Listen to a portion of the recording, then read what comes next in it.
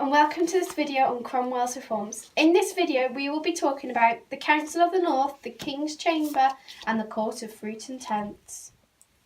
If you didn't know already, Thomas Cromwell was Chief Minister for Henry VIII from 1533 to 1540 and gained a reputation for being a powerful and ruthless politician who stopped at nothing to succeed.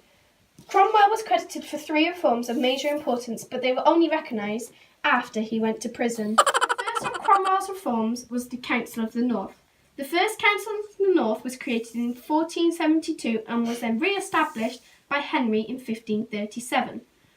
When resentment rose in the north following the English Reformation, the Church of England split from Rome and the dissolution of the monasteries began. A lot of people converted from Roman Catholic to Protestant without hesitation, all except the people of the north. In the north, most people remained strong supporters of the Roman Catholic faith and were deeply unhappy with the changes. They formed a movement called the Pilgrimage of Grace.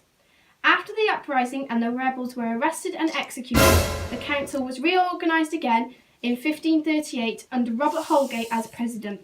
This helped to create peace with the north and allow Henry to carry out his duties. The next reform was the King's Chamber, also known as the Privy Council, which held the treasury, but not the treasure that you're thinking of. Before Cromwell reformed the Privy Council, it was made up of 100 men that would advise Henry.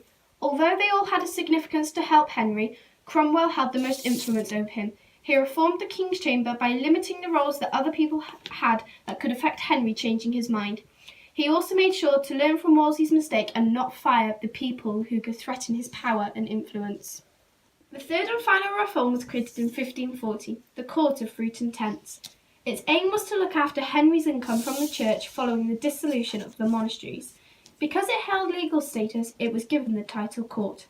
The Court of Fruit and Tents stated that clergy had to pay a portion of their first year income and a tenth of their revenue annually after. At first the money was paid to the Pope, but Henry diverted the money to the English crown as part of his campaign to pressure the Pope into granting him an annulment of his marriage to Catherine of Aragon. After Cromwell was removed from his position and put in prison, the court was dissolved in 1544 and all the revenue sent to a different court. So in conclusion, Cromwell's reforms were the Council of the North, the King's Chamber and the Court of Fruit and Tents, which all held a significance in Henry's court. That's all for this video, and don't forget to reach for the stars.